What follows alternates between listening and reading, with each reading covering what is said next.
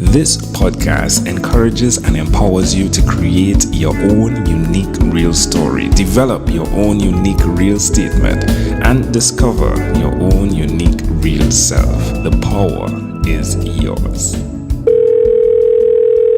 Good morning, Shawn Maile. How are you doing on this wonderful, beautiful morning? You know what? I'm doing great. I'm sitting on my porch in lovely Falmouth right here in Antigua. The sun isn't out yet, and I can guarantee you none of my neighbors are probably up as yet. So I'm having a good one. Well, that's great. That's great to hear. I'm sure I just heard the cock crow in the background, man. Oh, yeah. I live out in the country. So this is 100% village life at its best. I love it. Well, do tell me which of your talents is responsible for us connecting at this specific time in history. I would say my talent of connecting with people and, just expanding my horizons. Because I think we met on LinkedIn, and that would have been because last year I did a fellowship with the U.S. Embassy, the Wildlife Program. And, I just met some amazing people as a part of that and got drafted into this movement called Caribbean Entrepreneur, just for my skills of, meeting people and just going in once I met them, just like, hey, we're friends. That's it. I like your vibe. You like my vibe. It's a wrap. We don't need to do anything else. I love that. I had one person that I met from the podcast, and then I met him in Florida. And about a couple months after, he sent a message. He said, I met somebody from your country. So I was like, okay. Mm-hmm. He said, Tobago. And he said, he introduced me to her, right? And she said, your friend told me, you people, you've never met a stranger yet. I like that one. I like that one. And I think it's something with the Caribbean, isn't it? Yeah. I mean, once we have like a similar vibe going, it's like, hey, once we realize, hey, you're cool, I'm cool, that's it. Nothing else needs to be done. So who did you learn that from? Who did you learn the ability to be trusted? Because I think trust is a major component, isn't it? It is. I think in my early years, I would have seen it from my dad. He's the kind of person that could walk into anywhere, and if he doesn't know anyone in the room, he'd walk out knowing at least one person in the room. He has that kind of charisma, flair going for him. So it doesn't matter where he is or where he goes. At the end of the day, end of the night, he's going to walk away knowing one other person, making a new friend, just because. So I would definitely say I learned it from him. That's wonderful. Now tell me more about Caribbean Entrepreneur, please. Caribbean Entrepreneur, it's a movement to, bring much needed awareness and recognition to the work that us entrepreneurs are doing here in the Caribbean. It was started by Chadia Matherin out of St. Lucia a few years ago, and it really resurged last year as she got accepted into the same fellowship that I mentioned earlier. And from then, it's just been, broadening the network, connecting with more entrepreneurs and telling their stories. I love it. Now, where can people go to find out more about that? www.caribbeanentrepreneur.blog. Right? Once you Google Caribbean Entrepreneur, you'll find us. Love it. All right. Well, do tell me one other thing that you've done consistently over the last 3 years, please. That would definitely be getting to know myself, becoming more self-aware. That journey definitely started in 2016, realizing that I didn't feel comfortable with myself as an individual. I don't know if this would make sense, but I know there were definitely some things that I was hiding from myself as an individual. So I definitely had to come face to face with everything that was me as a person and confront it and say, you don't need to be doing this anymore because it's not benefiting who you are as an individual, and it's not something that you can sustain for the long term. So becoming more self-aware, confronting myself on a daily basis, and just being particular with, how I spend my time, who I spend my time with, and making, conscious efforts to be a better person. How does it make you feel looking back from then to now? It makes me feel great because I realize not everyone has that ability to, self-reflect and to become more self-aware. And you look in our society and you realize some people just keep making the same mistakes over and over and over. And either they don't have the ability to pull themselves out of it, or they don't have anyone in their circles to help them, get out of it. Totally agree. Why would you suggest someone that's listening that they do that they ask the questions that bring self-discovery or self-reflection? It's important for personal growth and development. And also, I think it's also important to, help us move forward as a society.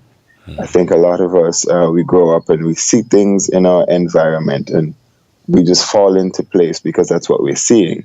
We don't ask the real questions like, okay, the persons who gone before me, they did this, but why did they do it? Do I really need to do it? Do I have to do it? Is it going to benefit me? Is it going to benefit the persons around me?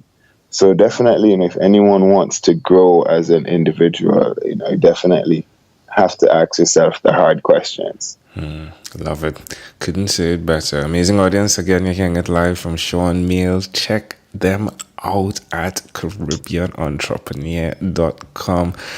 Shawn, let's switch gears for a moment. Let me invite you now into my time machine that is surrounded with beautiful, warm, blue Caribbean water. Shawn, what is your earliest childhood memory? I thought about this just this morning from waking up. I couldn't have getting off the bus going to preschool.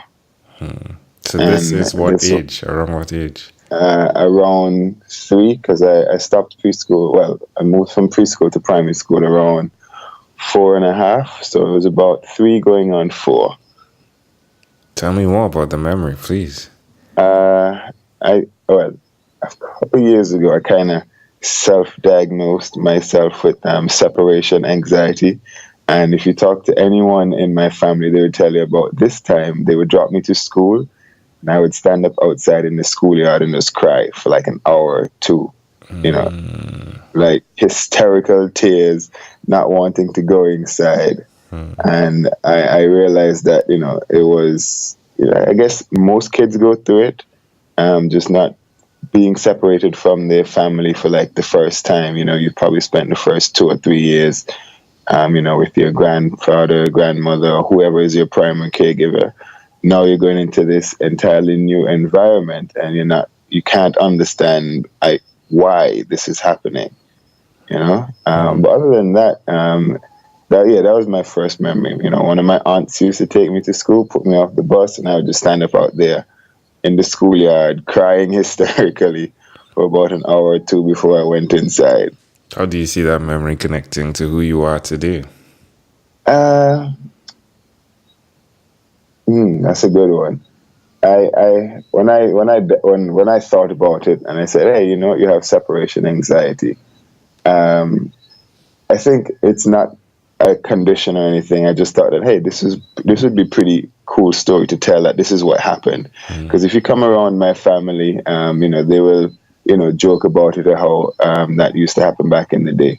So one of my defenses was telling them like, hey, this is not, it's not funny, like I had separation anxiety, but that's not the case today. It was just something that, I went through as a child.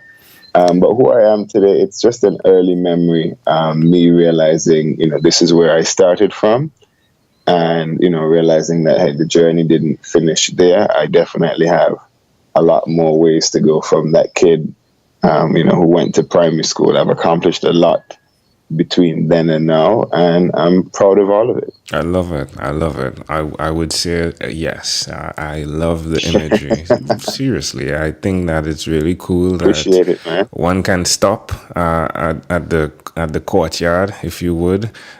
Some can stop at the gate. The next step to their destiny, and the fact that yes, you did stay there for a bit, but that you got to move on. I think it's beautiful. I love the picture. Most definitely. If we fast forward to when you were 12 years old, what was your favorite song? I'll be honest with you, and my song flip flop since I first read this up until this morning, because I'm trying to pinpoint. I know I was in first form Right. at 12, and I'm trying to figure out what I was listening to at that time. But I would just say Barrington Levy, Vice Versa Love. Love And it. that's because my dad is a big music fan, especially, he was born in the 60s, so all the old school reggae stuff, we had Barrington Levy, Shabba Ranks, Bob Marley, so on Sundays or on the weekends, that's what the kind of music that would be playing in the house. And I just love the ballads from that song. He didn't rush any of it, so it's like he took his time and sang that song. It's I really don't know if cool how it connects too, yeah, right? I mean, like yeah, they had you in Vice Versa Love, right? It's like one time you're the family, another time they put you in the school system, right? yeah, yeah. It's definitely Vice Versa Love. Yeah, and it was all love all around, So Yes. that's my answer for that one. All right. Well, Shawn, we've arrived at our destination, but before we get off of this time machine, there's a small declaration form. So it's yes or no. We're going to move pretty quickly here. Are you ready? Yes, Shawn, have you chosen someone to pass on your skills to? yes. Are you married? Not yet. Do you have children? Not yet. Do you believe in God? I absolutely do. Do you have an inner circle of friends? Most definitely. Do you watch TV for more than 3 hours a day? No, not more than 3 hours a day. How about 3 hours a week? 3 hours a week. I'll tell you this. I started binge watching Narcos Mexico on Sunday. So Yeah, Netflix will get you, won't it? it will, and it's only started this weekend because my year has been pretty busy up until this week. So I kind of have a lull for this week. So I'm taking that downtime and enjoying it. What about screen time, the phone and or the computer? Is it more than 8 or less than 8 hours a day? Well, I work as I type reports for most of the day, so I would say my screen time definitely in front of the computer is definitely up there. I've never really checked the time, but it's probably more than it should be for the average person. All right, Shawn, if you had to share with us your own unique real statement, a statement that represents who you are, Shawn Maile, what would you say that is? Let's move the world. Love it. Can I add something? Can I add something? Yeah, sure. With Vice Versa Love. I like it. That's been my statement. I think from 2017, I realized that, most people who, go on to do something great in their lives, they have something that represents them, kind of like their motto. Yeah. And I came up with that one for me because I love being out and about. I love movement. Movement is life. So if you don't move, you don't grow. So that's me. Let's move the world. Let's move the world. Shawn Maile, this has been a great pleasure. Before you leave, is there anything else you'd like to share with our amazing audience? Like if you're listening to this and you're looking for a time to, start changing things in your life, you found it. This is the time. All right.